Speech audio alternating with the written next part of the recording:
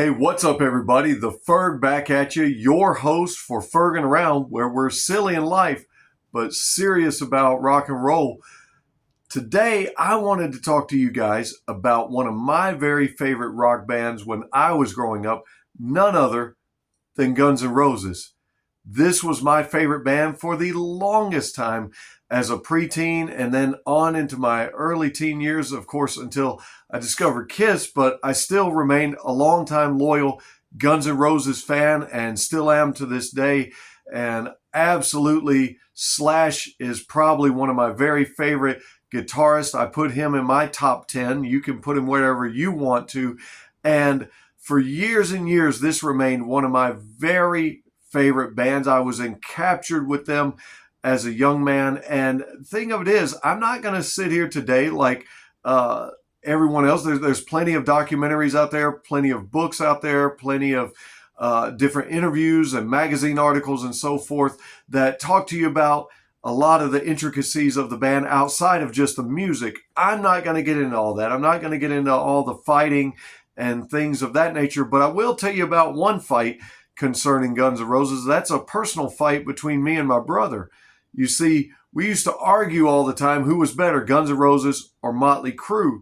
And one night, for some reason, we weren't arguing over which band was better. In fact, I can't even remember what we were arguing about, probably about a video game or something. We were out of the house when we should have been in bed. It was a school night. We weren't supposed to be out of the house. We had sneaked out and went to a buddy's house, and we happened to get into a fight over something. And during the struggle, my brother ripped my Guns N' Roses shirt. It was very much like this one I'm wearing right now. And so I got pretty mad about it. And, well, things escalated for a minute until he told me, he says, "Hey, I can fix your shirt. Calm down, calm down. I know how to sew." No, my brother knew how to sew. But somehow he asked our friend, who will remain nameless at this time, for some thread and needle, and believe it or not, he fixed my shirt, and then all was good. And thankfully, all is good in the world now, or at least somewhat, as Guns N' Roses have united once again, and Slash, Axl, and Duff are playing with some other band members and have been out on tour and making many more songs. But one of the things about Guns N' Roses that I always loved was the era in which they came out. Yes, we all loved what they call hair bands, and a lot of them had the glam look. I try not to refer to them as hair bands. I try to refer to them as the 80s hard rock and heavy metal bands, because they were true musicians who took their instrumentation very serious, just as you do if you are in a rock band today. They took it very serious, but Guns N' Roses probably did the glam look for about 5 minutes and then decided to do their own thing. More of a rugged street look that all the guys carried about them. Not so much glam and colorful, stretchy leather pants, although they did wear some leather and did some other things. Those guys kind of just took on a tough persona there after a little while, and just a regular look. And I think some other bands like Tesla did the same thing. Didn't necessarily get the notoriety of Guns N' Roses, but this was Guns. This was Axl, Slash, Izzy, Steven Adler, and Duff McKagan in the mid-'80s and early '90s as they were rocking out under the moniker Guns N' Roses, my favorite band of that time and remains one of mine. I've already said that. So one of the other things I'll tell you that set them apart from all the bands during that time that I thought was great about the band is during that time, almost every band, whether it was Rat, Poison, Warrant, I'm not going to say Motley Crue because a lot of the bands copied Motley, but Skid Row and you just name it. You go through the plethora of the 80s hard rock bands, many of them mentioned in this book you see behind me, Nothing But a Good Time. They'll tell you that a lot of them early on, whether they wanted to admit it or not, a lot of them were trying to copy Eddie Van Halen and do some finger tapping and do some other things. And guitars started to be made and built with the whammy bar. And almost every band wanted that guitar hero and that great solo guitar solo in the middle of the songs, back when you could dial up MTV and vote for your songs, vote to have whoever you wanted on Headbangers Ball. And the thing that I thought that set Guns apart is if you look and watch Slash, Slash never ever had a whammy bar on his guitar, and he never used it. Slash was more of an older blues style guitar infused with the new heavy metal and rock and roll, and Slash was different. Now, we did see a great feature often played time and time again during the video for November Rain as he's playing out in front of the church. One of the greatest, most memorable guitar solos you're ever going to hear in rock and roll and heavy metal, especially of that time. But Slash didn't play like that. Although he's probably considered one of the great guitar heroes, the rock gods of that era, he didn't use the whammy bar, and I don't remember him trying to copy Randy Rhoads or Eddie Van Halen so much. And not that that's a bad thing. Dear God, if any of us could play like Eddie or Randy or maybe even like George Lynch or Vito Bratta, some of the great guitarists of that time, man, we would love it. But when we love to play like Slash also, whose hero was Joe Perry of Aerosmith. That's one of Slash's personal heroes. He loved to play their music and loved listening to them. And Slash loves blues. He put out a blues album just this last year. I'll probably do a video solely on that blues album. It's worth purchasing. We'll talk about that later. But Slash, out of all the members of Guns N' Roses, how cool to just be known by one name. And how cool is it that amongst the pantheon of all the guitar heroes, Slash has really elevated himself and has done all kinds of work outside of Guns. Not going to get into that today either. We could probably do an entire episode on Slash. But speaking of Guns N' Roses, their lead singer, Axl Rose, despite what you think about him, despite what's been said, what you've heard, what's been written about him, despite all that, you got to admit, hardly anybody had Axl's vocal range during those times, and not many people do today. Probably if anyone was close to having Axl's vocal range, it might have been Sebastian Bach of Skid Row. Axl could just do things with his voice that you've never heard. And when they cleaned it up and polished it up in the studio, man, did it sound amazing on those albums. And so I'm pretty sure everybody's familiar with the Appetite for Destruction album, their debut album, which is still considered the greatest debut album by a rock band or by anybody still to this day. And to this very date, that album has sold 30 million copies worldwide. While there's other albums that have sold more copies than that, especially throughout the pop genre and so forth and other genres, that's a great debut album. And it's great to have that many sales worldwide, I tell you. So with that, what are some of the greatest songs on that album? Well, chances are you already know them. You've already heard them. They get frequent radio play, and they especially did in the 80s and 90s. But some of them that don't get as much radio play are songs like It's So Easy, which occasionally you'll hear someone do a deep cut on a late night radio show. The song Out to Get Me, personally one of my favorites. I also love the song Think About You. I've used it as a ringtone a time or two. The song You're Crazy. And then my personal favorite off the album is Rocket Queen. Love that song. Love how it's hard rocking and it starts one way, ends another way, and then comes back. Absolutely amazing. And if you've not heard these songs, I would encourage you. Go back, stream them, download them, look them up on YouTube, research them, and give them a listen. Don't just listen to Sweet Child of Mine and Paradise City and Welcome to the Jungle, which are played all over the place, thus showing you the great popularity of this wonderful rock band. Pick up the album Lies.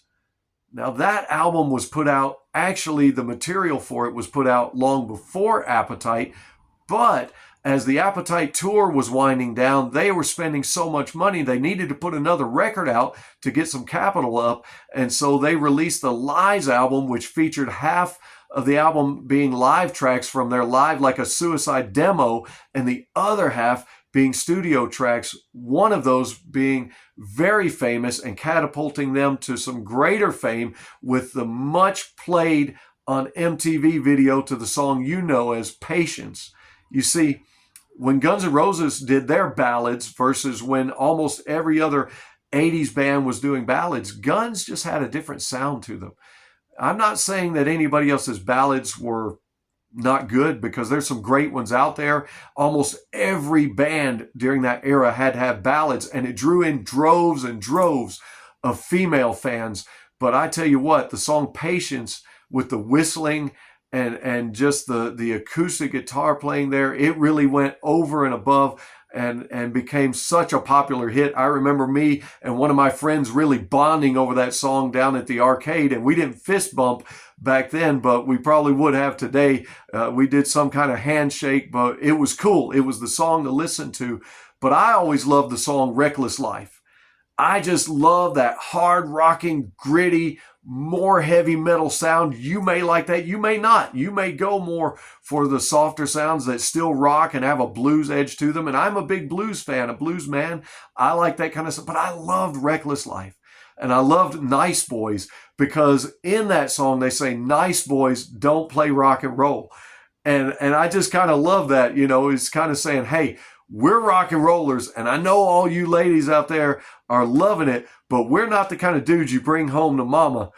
That rock and roll's always kind of had that kind of an edge to it and kind of that grittiness. Well, that song certainly does. And then they covered an Aerosmith song, Mama Kin, and I love their version of it. It's a live version. Always enjoyed that one. You might want to check that one out. And then Guns N' Roses decided to have a little fun and throw in a song that you've probably heard of. It's not going to be played on the radio a lot, but every now and then somebody might squeeze it in there. The song I Used to Love Her. Go check it out. If you want to see what I mean, download that one, stream that one. You'll see why that one's so fun. Going back to Patience, though, I'm going to tell you, my dad had no patience. You say, what are you talking about? My dad was a truck driver. And he actually did have patience, but he didn't have patience in this one incident, and I'm kind of jealous of him.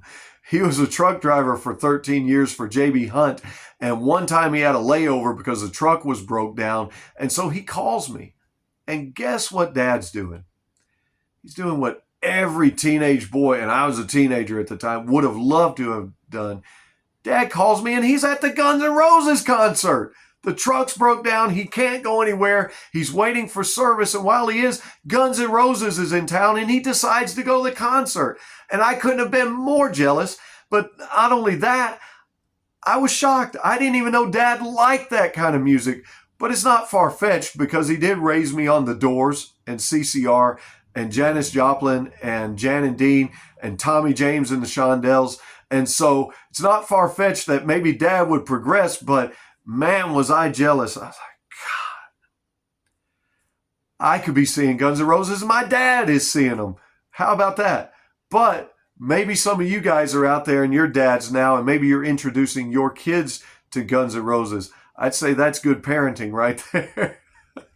Moving along, though, these albums that I'm going to mention next, you know what they are. The Use Your Illusion 1 and 2 albums. Often people don't give them enough credit because, to be honest, it's kind of hard to compete with the material on Appetite for Destruction. It really is. But those albums debuted at the same time, both coming out the same week and both reaching the number 1 and number 2 spot in the Billboard charts. That hasn't been done until Nelly did it in 2004.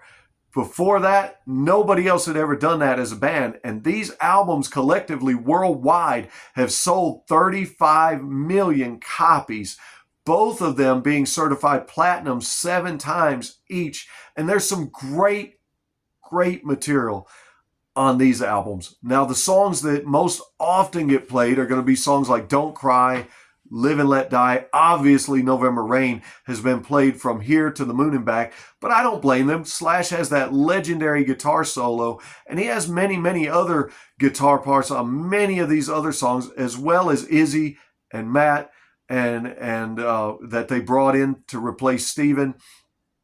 Duff, the other members of the band, they do a great job, but there was another member of the band during the Use Your Illusions and during the tour. Axl Rose brought in his friend Shannon Hoon, who helped sing on Don't Cry, Live and Let Die, The Garden, and November Rain. You say, well, who is Shannon Hoon? Why does that name sound familiar? And what's that mean to? Well, Shannon, because of his work with Guns N' Roses on those songs, he got the backing and the capital and the approval to go and produce the Blind Melon album, which is a fantastic rockin' album. If I could compare it, I would compare it to something maybe along the lines of Candlebox. You may disagree or agree with me, but because of the popularity of the song on there, No Rain, and seeing that little girl dance in the bee costume and the bee uniform on MTV forever and ever and ever, that song became so popular that almost everybody disregarded and ignored all the other songs on the album. And there's some great songs on the album, and I want to encourage you to go and listen to Blind Melon. Listen to songs like Soak the Sin, songs like Drive, Time, songs like Paper Scratcher, songs like Deserted, songs like Seed to a Tree. Great, great songs, great vocals by Shannon Hoon. And thankfully, his friendship with Axl Rose allowed him to get that album produced. I want to tell you guys to go and listen to it. But getting back to the Use Your Illusion albums, one illusion that I had for a long time about the band was that, man, I'm never going to get to see these guys live, and I would love to. And of course, that was ripped away from us, when the band broke up later on. And I'm not going to point fingers. I have read Slash's biography, which I loved, by the way. And in that biography, Slash kind of pulls his punches. See, Slash is a lover and not a fighter, and you can tell it by reading what he has to say in that book. There's many chances to go and bash Axl and talk in a bad way about some of the things that happen in the band, but he really pulls his punches. And I think those guys always have had a brotherhood and a love and a respect for each other regardless. But speaking of Slash being a lover and a fighter, someone in my family, my aunt who flies for Delta Airlines and has flown for them for 35 years, told me personally that she happens to know that Slash is one of the nicest guys ever. Once again, I'm jealous. My dad got to see them in concert. Well, my Aunt Teresa, she actually got to, on one of her flights, hand Slash his guitar case. Once again, I'm jealous. I mean, this is Slash, one of the rock gods. I mean, a guitar virtuoso beyond measure. Oh, but she told me Slash is one of the nicest guys ever. And how nice of him to have played on Use Your Illusion 1 and 2, some songs that don't get mentioned that probably ought to get mentioned. Some of my favorites, Right Next Door to Hell. That's a great, great rockin' metal song. I love the song Dust and Bones. Personally, one of my favorites. And then the song Perfect Crime. And I wanted to bring up this song Perfect Crime because recently there was another band that did a very popular song on one of their newer albums. And immediately when I heard it, I said, where have I heard that before? That reminds me of something. And don't you ever do that? Don't you hear a song and then you're like, hey, that reminds me of something. I've heard that before. Well, Perfect Crime starts out just really rocking, wailing, some great drums in there. Slash is doing his thing, and Izzy and the other guys, I think Dizzy Reed is in there and he's doing some things. And Metallica put out a song just within the last year or so called Lux Eterna. Great song, wonderful song, and it's also a very rocking song. But if you listen to it, the guitar riffs and some of the instrumentation there, as soon as you hear it, it catches your ear. And right away, because I had listened to these albums so many times, I caught it and I said, what is that? And I went back and I listened. I said, Perfect Crime. That's where it's from. That's where it's from. And I loved it that I did it. You see, I used to sit in my bedroom at my grandmother's house, and I would play these albums over and over and over while I was sitting there reading my comic books. And so, man, I picked that up. And another thing I want to mention about these albums before I go through and mention some more songs to you, another personal story that I wanted to bring up that I think is kind of interesting. Well, when these albums first came out, of course, in my day, I had to buy them on cassette tape. And back then, certain albums would have a little label on the cassette tape or the album that said advisory, parental guidance, explicit lyrics. Yeah, that's what it said, because Guns N' Roses on these albums and on some of these songs I'm mentioning to you that don't get played on the radio, there's a little bit of explicit lyrics going on there. Just some words that we probably hear every day nowadays. I'm not going to mention them on here because we want to keep everything kid friendly, but in the way of keeping things kid friendly, I guess I wasn't doing that back then, because there was a girl that I don't know if you'd call it dating at that time. We didn't really actually go on any dates, but we talked a lot, almost daily, and we liked each other quite a bit. I think we had kissed a few times or whatever, but I had loaned her those tapes. And I'll never forget, after loaning her those tapes, having to have a meeting with her mother in the living room at my grandmother's house, because her mom was Pentecostal.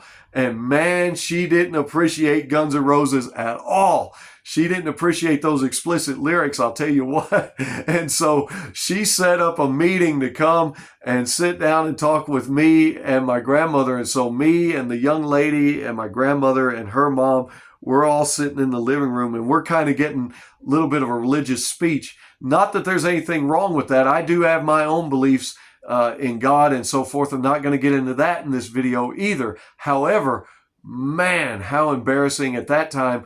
But good thing is I got the tapes back, because she readily wanted me to take them back. She didn't want her daughter listening to that stuff.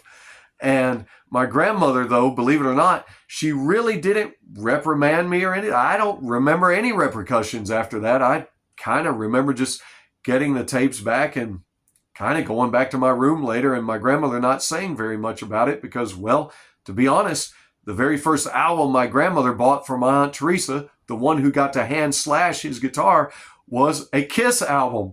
So my grandmother's not really too shocked by Guns N' Roses having bought my aunt her very first Kiss album. And so, but I just thought I'd throw that story in there a little bit, because, well, some of these songs have a little bit of explicit lyrics to them, but the instrumentation is wonderful. And some of the actual lyrics that dive deep into what's going on, if you listen, some of them are actually genius. And I'm not sure if Axl wrote them or if he co-wrote them with some of the other band members, but I tell you what, they're worth giving a listen, especially songs like You Ain't the First and Bad Obsession, Don't Damn Me, Bad Apples, and one of my personal favorites on Use Your Illusion 1 is Dead Horse.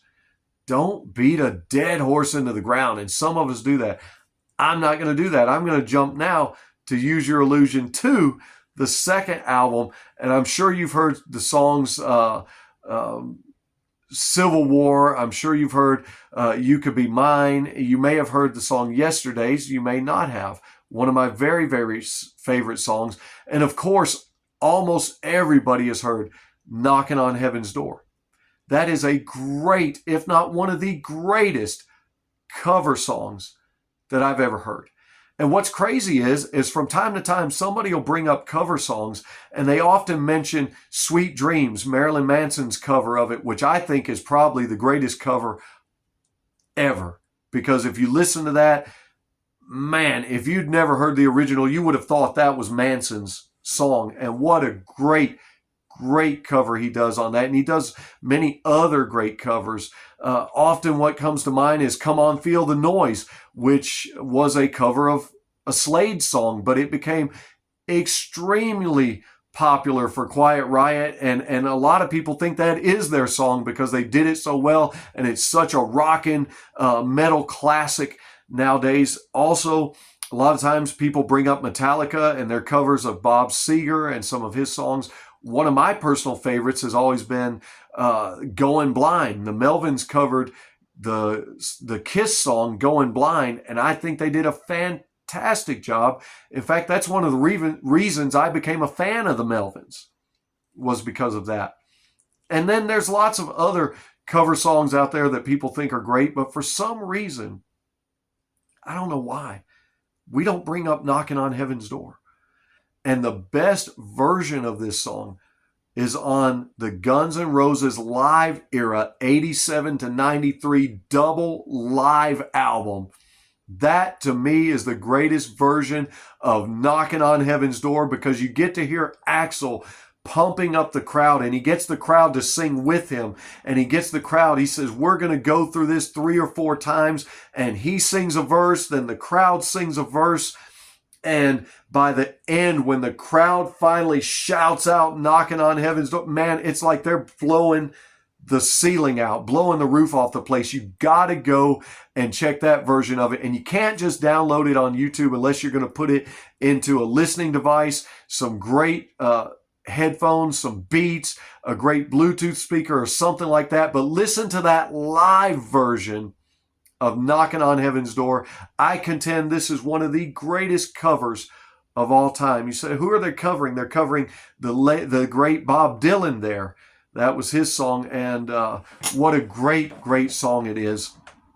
Also on this album, some of my favorites, Get in the Ring. You may or may not have heard that one. That's a great, fun song. One of my favorites is a song that Duff wrote called So Fine. And I love the lyrics on that song where it says, it's the story of a man who works as hard as he can to be a man who stands on his own. But the book always burns as the story takes its turn and leaves a broken man. Now, I've not necessarily had as hard a life as maybe he's had or that can relate to those lyrics, but for some reason, those always reached out and grabbed me, and I always loved that song. And so I want to recommend that song to you. Maybe you'll love it as well. The song Pretty Tied Up, the song Locomotive, the song 14 Years. Great, great songs that I would encourage you guys to go and take a listen to. Guns N' Roses, one of my all-time favorite bands. I hope it's going to be one of your favorite bands. And how coincidental that KISS logo is behind me after I just got through mentioning to you the album, the double live album that Guns N' Roses did live between 1987 and 93. I love how on the very first song they come out, and KISS used to always come out and someone would pre-announce them and say, you wanted the best, you got the best, the hottest band in the world. And then they would announce KISS. Well, Guns N' Roses comes out and somebody announces, and it may be Axl, I'm not sure, but he says, you wanted the best. Well, they didn't effing make it. So here's what you get. Live from Hollywood, Guns N' Roses. And I love that. So you got to go and check it out. They kind of copied KISS there, and I thought it was fun. I thought it was great. And I hope you think that this video's been fun and great. And I hope you'll go back and do a deep dive into one of the greatest hard rock and heavy metal bands of the late 80s and early 90s, ushering right up into the grunge era. Guns rocked out hard. They still rock out hard. I hope you'll rock out hard. And I hope that you'll like and subscribe. And I hope you'll also remember when they ask, what have you been doing? Tell them, just ferging around. We'll see you on the next one.